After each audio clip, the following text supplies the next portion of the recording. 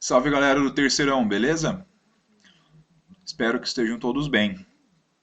É, Aqui tá tudo bem, tá bom? Fiquem tranquilos. Bom, galera, espero que estejam se cuidando aí nesse momento de crise mundial, na verdade.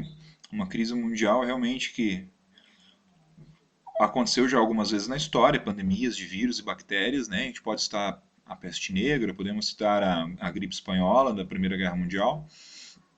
Nós estamos vivendo um momento histórico, sem dúvida nenhuma. Então, cuidem de vocês, cuidem da família de vocês, lavem as mãos, se cuidem bastante, tá? E a partir de hoje, vocês vão poder voltar a acompanhar as aulas do Prof. Lucas, tá? Como vocês podem perceber, eu instalei um programa que me permite dar essa aula para vocês, meu rosto aparece no cantinho e ao mesmo tempo eu posso tranquilamente navegar aqui pelo meu computador, inclusive pelo Positivo On, onde já já eu vou abrir a apostila de vocês para vocês acompanharem a aula, tá? Ou seja, então podem aí pegar a apostila de vocês, peguem canetas, peguem marca-textos, deixem o vídeo rolando aí no celular ou no notebook de vocês e prestem bastante atenção, acompanhando pela apostila que vocês têm aí na mão de vocês, para a gente poder aprender o máximo possível, tá bom? Até as coisas se normalizarem, beleza? Bom, para essa semana eu estou preparando aqui dois vídeos sobre o capítulo pós Segunda Guerra Mundial e para outra semana eu vou organizar dois vídeos sobre o último capítulo lá do primeiro bimestre, que é o Brasil, década de 40 e 50, tá bom? Mas esse é um assunto para outra semana. Essa semana vamos nos focar então sobre o pós Segunda Guerra Mundial, a Guerra Fria, né, pessoal? Vamos aprender o que é a Guerra Fria, por que eu comecei o vídeo mostrando para vocês aí esse choque entre Estados Unidos, né, a bandeira dos Estados Unidos e a bandeira da União Soviética, né, esse choque entre capitalismo e socialismo que vai marcar o mundo após o fim da Segunda Guerra Mundial, tá bom? Então, eu sei que vocês vão acessar aí os links dos vídeos no YouTube, então comentem lá, compartilhem com seus amigos, deem like no vídeo. Mas enfim, podem tirar dúvidas por lá, podem fazer comentários e que eu vou estar vendo e respondendo vocês, tá bom? Bom, separei aqui algumas coisas extras para mostrar para vocês. Vamos aqui para o Positivo On, prestem bastante atenção, galera. Todos os links dos vídeos das aulas que a gente for tendo semanalmente, eu sempre vou estar postando aqui ó, em atividades, tá bom? Menu atividades, prestem atenção. Então, no menu Atividades, eu vou estar postando links aqui para pós-Segunda Guerra Mundial, para o Brasil, década de 1940 a 1950, e os capítulos do segundo bimestre a gente provavelmente também vai fazer por aqui, pelo menos até voltar às aulas, tá bom? Então, os links vão estar aqui dentro dessas atividades, beleza? Aí, no menu Avaliações, lá no menu Avaliações, é aqui que vocês devem vir fazer os exercícios. É por aqui que eu vou estar avaliando vocês, tá bom? Ó, exercícios sobre o pós-Segunda Guerra Mundial, exercícios sobre o Brasil, década de 1940 a 1950. Fiquem atentos às datas, tá bom? Até aqui, ó, apenas uma pessoa fez os exercícios de pós-Segunda Guerra Mundial, tá? Então eu dei mais uma semana para vocês até o dia 19 e eu espero que todos façam. Se cobrem, galera, no grupo no WhatsApp de vocês. Falem que o professor mandou, tem que fazer. É por aqui que eu vou ver a frequência de vocês, se vocês estão assistindo, se vocês estão fazendo as paradas. A nota de vocês está em jogo aqui, tá bom? Beleza. Então vamos lá para os livros, ok? Todo mundo aí com o livro aí, né? Vamos lá, terceiro do médio, volume 9, né? O livro do primeiro bimestre, tá bom? Livro.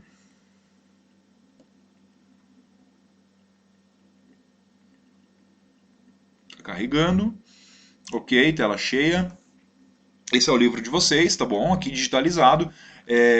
Lembrando que, olhem aqui no sumário, né? O primeiro capítulo que a gente estudou lá, quando as aulas começaram em fevereiro, foi o Brasil era Vargas. Então nós estudamos o governo provisório, a Revolução de 30 antes, depois o governo provisório, o governo constitucional, o governo ditatorial, tá? Depois nós estudamos em sala a Segunda Guerra Mundial, tá? Tudo que aconteceu, o Holocausto, todas as fases da guerra, como se desenvolveu a guerra, né, a Alemanha nazista, Ok? Faltaram então 2 capítulos para a gente finalizar o livro. O capítulo 40, o pós-Segunda Guerra Mundial, que nós vamos estar fazendo essa semana, e na semana que vem, Brasil, décadas de 1940 a 1950, beleza? Então, aqui no pós-Segunda Guerra Mundial, nós vamos falar de Guerra Fria, o que é a Guerra Fria, a bipolarização mundial, a rivalidade Estados Unidos e União Soviética, tá bom? Então vamos lá, página 37, sem perder mais tempo. Página 37. Ótimo. Então vocês podem ver que aqui na capa do capítulo, galera, nós estamos vendo uma charge feita lá em uma revista nos Estados Unidos, tá bom? Mostrando a União Soviética, né, o comunismo, o socialismo soviético, como se fosse um grande iceberg que já teria, digamos assim, afundado os navios de Hungria, China, Tchecoslováquia, Coreia do Norte, a Alemanha do Leste, né, a Alemanha Oriental, Polônia, e que esse iceberg poderia afundar também o capitalismo americano, né, os Estados Unidos, representado aqui pelo barco e pela figura do tio Sam, né, que é um símbolo aí americano que é usado desde a Guerra Civil Americana. Tá? Então é claro que, por se tratar de uma charge dos Estados Unidos, é natural que ela mostrasse a União Soviética dessa forma. Claro que nós vamos já falar mais sobre a Guerra Fria, vocês vão poder compreender por que de tanta rivalidade e inimizade, né, entre União Soviética e Estados Unidos, tá bom? Podem descer aqui. Bom, galera, então, após o fim da Segunda Guerra Mundial em 1945, uma nova animosidade, né, surge no mundo. Claro, de um lado nós vamos ter o capitalismo estadunidense, tá, Estados Unidos e seu capitalismo, como grande potência mundial capitalista, e do outro lado uma potência mundial socialista, né, o socialismo soviético, a União Soviética.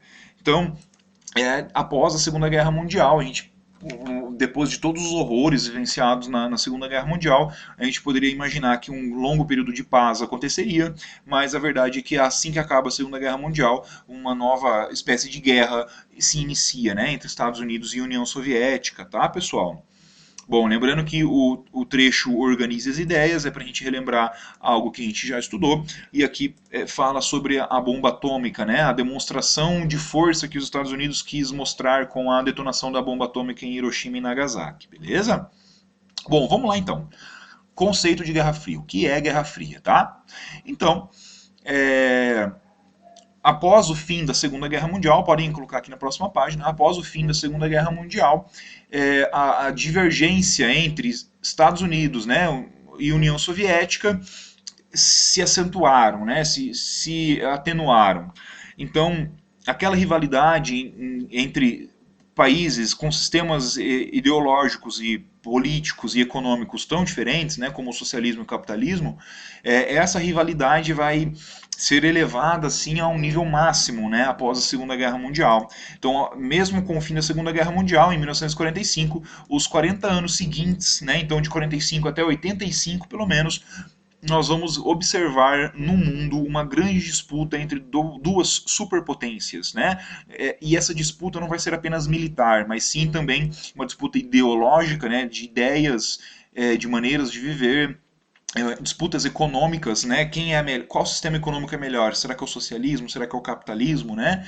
E claro, também disputas militares entre Estados Unidos e União Soviética, tá? Então isso é a Segunda Guerra Mundial, que vai causar aí no mundo um grande clima de tensão, né, de medo. Afinal de contas, os Estados Unidos tinha bomba atômica e a própria União Soviética também desenvolveu suas bombas atômicas a partir de 1949. Então, imaginem, em uma situação tão caótica, uma disputa tão ferrada entre essas duas superpotências, uma possível guerra nuclear, por exemplo, poderia ter sido, né, o apocalipse da nossa humanidade. Por isso que a gente fala tanto dessa tensão, tá? Bom, então grifem aqui, ó, o que é então Guerra Fria? Ó, Guerra Fria, portanto, foi o nome dado pelos especialistas às animosidades que marcaram as relações entre Estados Unidos e União Soviética de 1945 até 1986, tá? Então isso é Guerra Fria, essa disputa muito louca entre Estados Unidos e União Soviética, tá bom? Muito bem. Vamos continuar aqui, ó. Bom, assim que acaba a Segunda Guerra Mundial, vários tratados, leis, né, decretos, acordos foram firmados entre os países aí, principalmente os vencedores da guerra, tá? Então, nós podemos citar aqui ó, a Conferência de Ialta, por exemplo, que aconteceu lá na Crimeia, na União Soviética, em 1945. Quem participou dessa reunião foi o Stalin, da União Soviética, o Roosevelt, presidente dos Estados Unidos, e o Winston Churchill, primeiro-ministro da Inglaterra. Nessa reunião, eles decidiram aumentar o território da União Soviética, onde ela então anexou Estônia, Lituânia e Letônia, e dessa forma o Stalin conseguiu o que queria criar uma faixa de países entre os países capitalistas da Europa, como França, a própria Alemanha, Inglaterra, e a Rússia, né, que era aí o centro da União Soviética. Tá? Nessa reunião ainda, eles decidiram também por eliminar, fazer esforços e usarem seus exércitos para eliminar o nazismo e decidiram criarem eles próprios, né, governos provisórios nos países que haviam sido ocupados pela Alemanha, né, até que novas eleições acontecessem nesses países, tá? Uma outra reunião que aconteceu em São Francisco, né, lá nos Estados Unidos, na Califórnia, em 1945, também contou com a presença desses principais líderes, né? Aqui nós estamos vendo o Stalin, o Roosevelt e o Winston Churchill da Inglaterra, tá? E nessa conferência de São Francisco eles decidiram acabar com a Liga das Nações, uma liga de países que tinha sido criada depois da Primeira Guerra Mundial para garantir a paz mundial, mas ela não teve muito sucesso, né, porque depois estourou a Segunda Guerra Mundial, e eles decidiram criar um novo organismo mais eficiente chamado de ONU, né, que existe até hoje, a Organização das Nações Unidas, com o objetivo de garantir aí a paz mundial, de resolver os problemas pelo mundo, tá? E a ONU atua até hoje. Outra reunião que eles fizeram foi a Conferência de Potsdam, lá em Berlim, na Alemanha, depois que a Alemanha já havia se rendido, né, depois do suicídio de Hitler e quando a Alemanha já havia se rendido. Nessa reunião eles decidiram o que fazer na Europa, né, após então a rendição da Alemanha, tá, a derrota lá do eixo, né, e eles decidiram então que eles fariam uma divisão do território alemão em 4 zonas de ocupação, uma zona de ocupação inglesa, outra francesa, outra americana, capitalistas, portanto, e uma outra zona de ocupação socialista da União Soviética. A gente já vai analisar isso no mapa, tá? Já vamos ver isso no mapa, beleza? Bom, leiam o texto aqui comigo rapidinho, tá? Os exércitos aliados se encontraram em ocupação de toda a Alemanha. E o povo alemão começou a expiar os terríveis crimes cometidos sobre a liderança daqueles a quem, na hora do sucesso, ostensivamente aprovou e cegamente obedeceu. Então eles estão criticando a Alemanha, né? Concordou-se nesta conferência que os princípios políticos e econômicos de uma política aliada coordenada em relação à derrotada Alemanha durante o período de controle aliado. O objetivo deste acordo é pôr em execução a declaração da Crimeia sobre a Alemanha. O militarismo e o nacionalsocialismo alemães serão extirpados e os aliados juntos se comprometerão agora e no futuro a tomar outras medidas necessárias a garantir que a Alemanha jamais ameaçará de novo seus vizinhos ou a paz do mundo. Então, não é a intenção dos aliados destruírem ou escravizarem o povo alemão. Sua intenção é de que seja dada ao povo alemão a oportunidade de se preparar para a reconstrução total da sua vida em bases democráticas e pacíficas. Se seus esforços próprios forem dirigidos em constância a tal finalidade, será possível no devido tempo que ela venha a ocupar seu lugar entre os povos livres e pacíficos do mundo. Ou seja, ocuparam a Alemanha militarmente, colocaram exércitos na Alemanha toda para impedir que qualquer outro partido radical chegasse ao poder, né? E em alguns locais essa ocupação durou até 1991, por exemplo, né? No caso da Alemanha Oriental, controlada pela União Soviética, tá? Então analisem o mapa comigo, olhem como foi feita a divisão da Alemanha. Aqui nós temos o país Alemanha, a Berlim, a grande capital alemã, e um detalhe, a cidade de Berlim também foi dividida em 4 zonas de ocupação. Então não se confundam. A Alemanha inteira foi dividida e a cidade de Berlim, aqui onde está o mouse, também foi dividida em 4 zonas de ocupação. Então, tinha uma zona de ocupação capitalista dentro de Berlim, mesmo Berlim estando dentro da área soviética. Tá? Então, olhem, aqui em laranjado a área de ocupação britânica, em amarelo a área de ocupação estadunidense, em vermelho a área de ocupação francesa, tá? E aqui já do lado direito da linha vermelha, chamada de cortina de ferro, nós vamos ter a área de ocupação soviética, tá bom? E observem Berlim agora, né? Imagine que a gente está só na cidade de Berlim. Berlim também foi dividida em 4 zonas de ocupação entre esses 4 países. E observem aqui, ó, em uma linha preta, o Muro de Berlim, que eu já vou falar mais daqui a pouquinho, tá bom? Bom, essa divisão da Alemanha entre uma parte capitalista e outra parte socialista, claro que acabou gerando já uma rivalidade, uma tensão no território alemão. Para vocês terem uma ideia, o Stalin, né, com o objetivo de expulsar os capitalistas lá da cidade de Berlim, ele decretou um bloqueio ferroviário, rodoviário e hidroviário a Berlim Ocidental, ou seja, a parte da Berlim que estava nas mãos dos capitalistas. Tá? Ele bloqueou tudo. Como Berlim estava dentro do território de ocupação soviética, ele bloqueou tudo. E os Estados Unidos, para fazer com que aquela população lá da Berlim Ocidental sobrevivesse, fizeram uma ponte aérea, tá? Eles fizeram uma ponte aérea que todos os produtos, alimentos, medicamentos, eram jogados de avião com paraquedas. Isso é bem interessante, né? O objetivo do Stalin em fazer esse bloqueio era fazer com que os capitalistas saíssem de Berlim e que Berlim completa ficasse nas mãos lá da União Soviética, tá? Esse episódio ficou conhecido como Bloqueio a Berlim e durou de 1948 até 1949, durou um ano, portanto, beleza? E a Alemanha, então, em 1949 foram criados 2 novos países. A Alemanha, a República Democrática Alemã, RDA, do lado oriental, socialista, com capital em Berlim, e do outro lado, do lado esquerdo da Alemanha, foi criada a RFA, a República Federal da Alemanha. Então foram criadas 2 Alemanhas, a Alemanha Ocidental e a Alemanha Oriental. A Alemanha Oriental socialista, controlada pela União Soviética, e a Alemanha Ocidental voltou a ter democracia, a ser um país aí capitalista aliado dos Estados Unidos, principalmente, tá? Muito bem. Porém, conforme a Alemanha Ocidental capitalista, recebendo muito investimento também, principalmente dos Estados Unidos, começou a se reconstruir mais rápido do que a Alemanha Oriental, muitas pessoas da Alemanha lá socialista começaram a fugir, começaram a migrar para a zona capitalista, começaram a migrar, fugir para o lado capitalista, tá?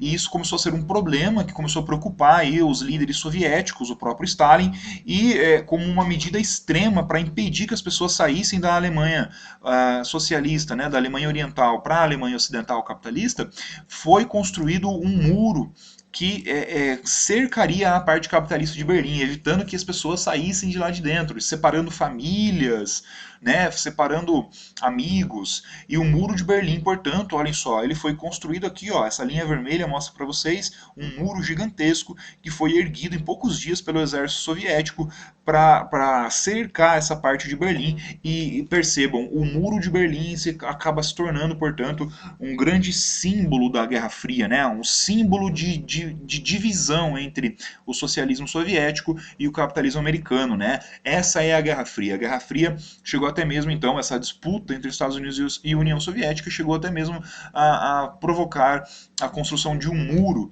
separando a Berlim em 2 partes. Tá bom? Tudo bem. Estabeleça uma relação entre a Guerra Fria e a construção do Muro de Berlim. Então, a construção do Muro de Berlim é uma das provas mais concretas da Guerra Fria, tá? Muito bem, olhem aqui, ó, soldados soviéticos trabalhando na construção do Muro de Berlim, pessoal. Muito bem. Como eu disse, famílias ficaram separadas, né? Muitos morreram tentando cruzar a Alemanha Oriental para a Ocidental, né?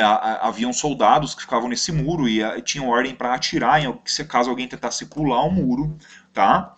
E esse muro ele existiu durante muito tempo, até 9 de novembro de 1989. Apenas em 9 de novembro de 1989 é que o muro foi derrubado e Berlim Ocidental e Oriental se reunificou, e a própria Alemanha em 1991 voltou a ser uma Alemanha só, tá? Mas apenas em 1991. Então olhem só o tanto de tempo, quase 50 anos, que a Alemanha ficou dividida em 2 países, um socialista e um capitalista, tá bom? Bom, rapidamente aqui, pessoal, para esse vídeo não ficar muito mais longo, quero falar de mais 2 tópicos, tá? A doutrina Truman. Então, quando o Roosevelt morreu, o presidente dos Estados Unidos, quem assumiu a presidência no lugar dele foi o Harry Truman, tá?